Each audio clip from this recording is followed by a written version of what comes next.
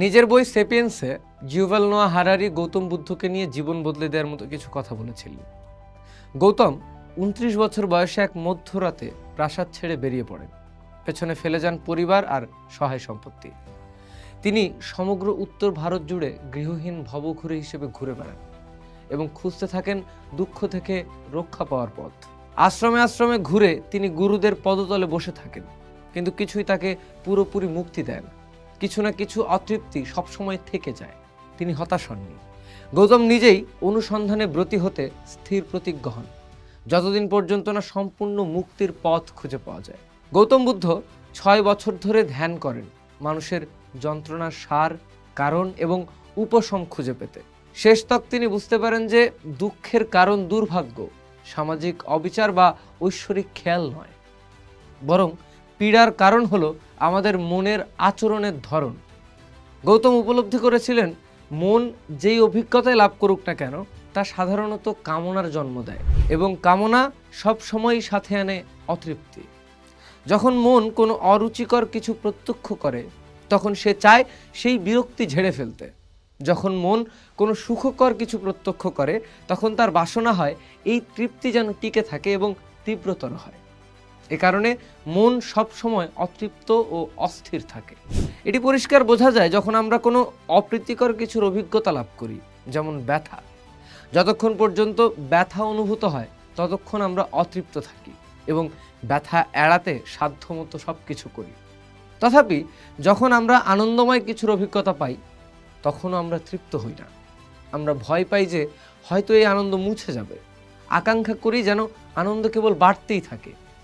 মানুষ বছরের পর বছর ভালোবাসা খুঁজে পাওয়ার স্বপ্ন দেখে, কিন্তু খুঁজে পেলে কদাচিৎ তৃপ্ত হয়। কেউ কেউ উদ্বিগ্ন হয় তার সাথী তাকে ছেড়ে চলে যাবে এই ভেবে। আবার কেউ কেউ ভাবে সস্তায় থিতু হলো বোধহয়, হয়তো আরও ভালো কাউকে খুঁজে পাওয়া যেত। আমরা সবাই এমন মানুষকে চিনি যারা আবার এই দুই দিকেই আছেন।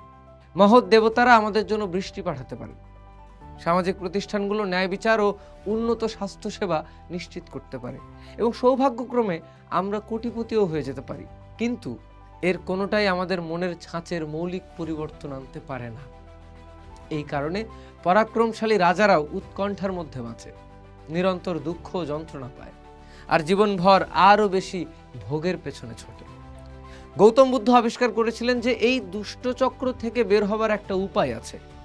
যখন কোনো আনন্দ বা বিষাদের অভিজ্ঞতা হয়, তখন মন যদি এগুলো ঠিক যেমন শুধু সেভাবেই এদের গ্রহণ করে, তবে আর পীড়া থাকবে না।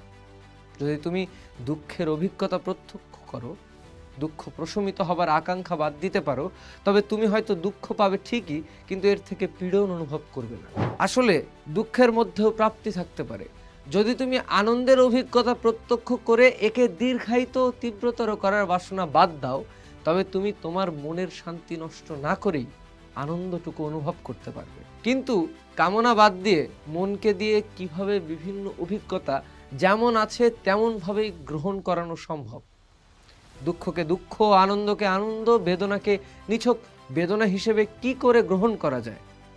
গৌতম বুদ্ধ কিছু ধ্যানের কৌশল আয়ত্ত করেছিলেন, যেগুলো বাসনা বাদ দিয়ে বাস্তবতা যেমন আছে তেমনভাবে গ্রহণ করতে মনকে অনুশীলন করায়। এই চর্চা মনকে শিক্ষা দেয় সমস্ত মনোযোগ আমি কি অর্জন করতে পারতাম, এর পরিবর্তে আমি এখন কি অভিজ্ঞতা অর্জন করছি, এই প্রশ্নে কেন্দ্রীভূত করতে। এরকম মনের অবস্থা অর্জন করা কঠিন, কিন্তু অসম্ভব নয়। বুদ্ধ এই ধ্যানের কৌশলগুলোর ভিত্তি প্রথিত করেছিলেন কিছু নৈতিক নীতিমালার মধ্যে, যেগুলোর উদ্দেশ্য ছিল কামনা আর কল্পনাকে এড়িয়ে প্রকৃত অভিজ্ঞতার উপর মনোযোগ কেন্দ্রীভূত করাকে সহজতর করে তোলা। তিনি তার অনুসারীদের নির্দেশ দিয়েছিলেন খুন, ব্যভিচার এবং চুরি করা এড়িয়ে চলতে, যেহেতু এগুলো বাসনার আগুনকে উস্কে দেয়, ক্ষমতা, ইন্দ্রিয় সুখ অথবা সম্পদের জন্য। যখন এই আগুন সম্পূর্ণ নিভিয়ে ফেলা যাবে, তখন বাসনাকে প্রতিস্থাপন করবে পরিপূর্ণ তৃপ্তি ও প্রশান্তি, যাকে বলা হয় নির্বাণ। এর আবিধানিক অর্থ আগুন নেভানো। যারা নির্বাণ লাভ করেছেন তারা সমস্ত পীড়া থেকে সম্পূর্ণ মুক্ত। তারা বাস্তবতার অভিজ্ঞতা লাভ করেন, কল্পনা মুক্ত এবং ভ্রান্তিহীন পরম স্বচ্ছতার সাথে। অপ্রীতিকর অবস্থা এবং বেদনার মুখোমুখি হবার সম্ভাবনা অবশ্যই আছে, কিন্তু সেই অভিজ্ঞতাগুলো তাদের জন্য দুর্দশা বয়ে আনে না।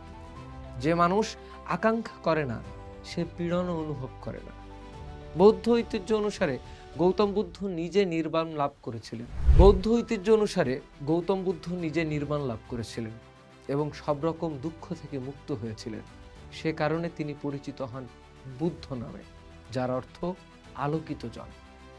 বুদ্ধ তার বাকি জীবন অতিবাহিত করেছিলেন অন্যদের কাছে এই আবিষ্কারের ব্যাখ্যা প্রচার করে, যাতে তারাও পীড়ন থেকে মুক্তি পায়। তিনি তার শিক্ষাকে একটি একক অনুশাসনের মধ্যে আবদ্ধ করেছিলেন। দুঃখের উৎপত্তি হয় বাসনা থেকে। দুঃখ থেকে সম্পূর্ণ মুক্ত হবার একমাত্র উপায় হলো বাসনা থেকে সম্পূর্ণ মুক্ত হওয়া, এবং বাসনা থেকে সম্পূর্ণ মুক্ত হবার একমাত্র উপায় হলো বাস্তবতা যেমন তাকে ঠিক সেভাবেই মেনে নিতে মনকে অনুশীলন করানো।